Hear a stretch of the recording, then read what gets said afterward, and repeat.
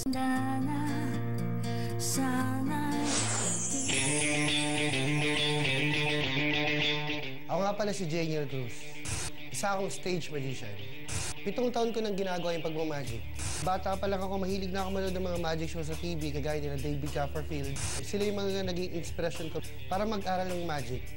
Ang buhay na isang magician, halo-halo, masaya, malungkot, iba-iba talaga eh. Kasi minsan, kahit marami kang problema, kailangan mo pa rin mag-perform. So sabi nga nila, the show must go on.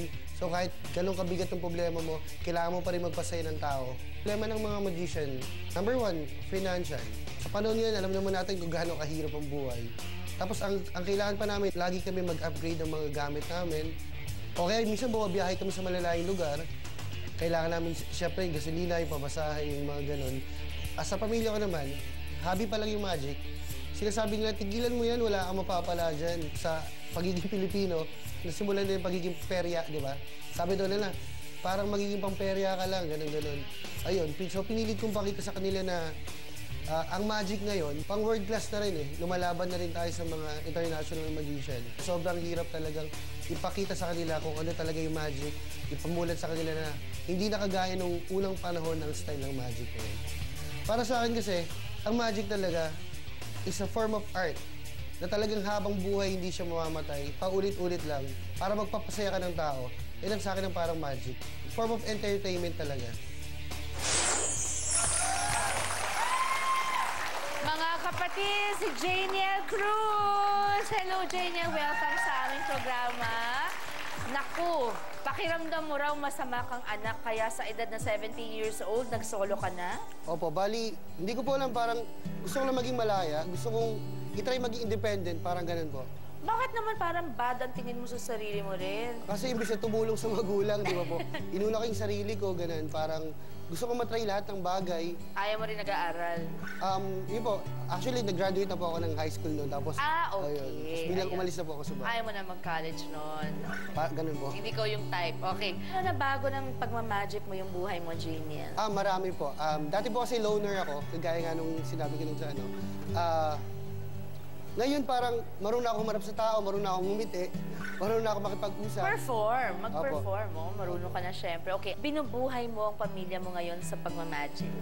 Po. Doon na po kumukuha ng yung pang-araw-araw na namin. So, forgiven ka na dun sa paglayas mo nung 17 ka? Opo. Sana po. Okay.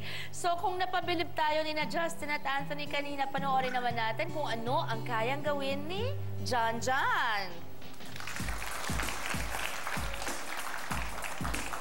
Ayun, sa gilid lang.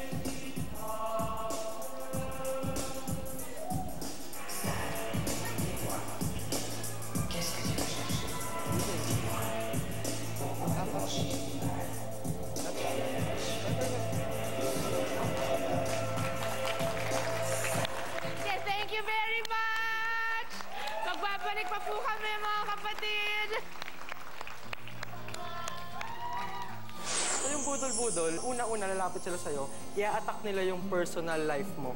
Okay, kunyari, uy, kamusta na si ano? Tanda na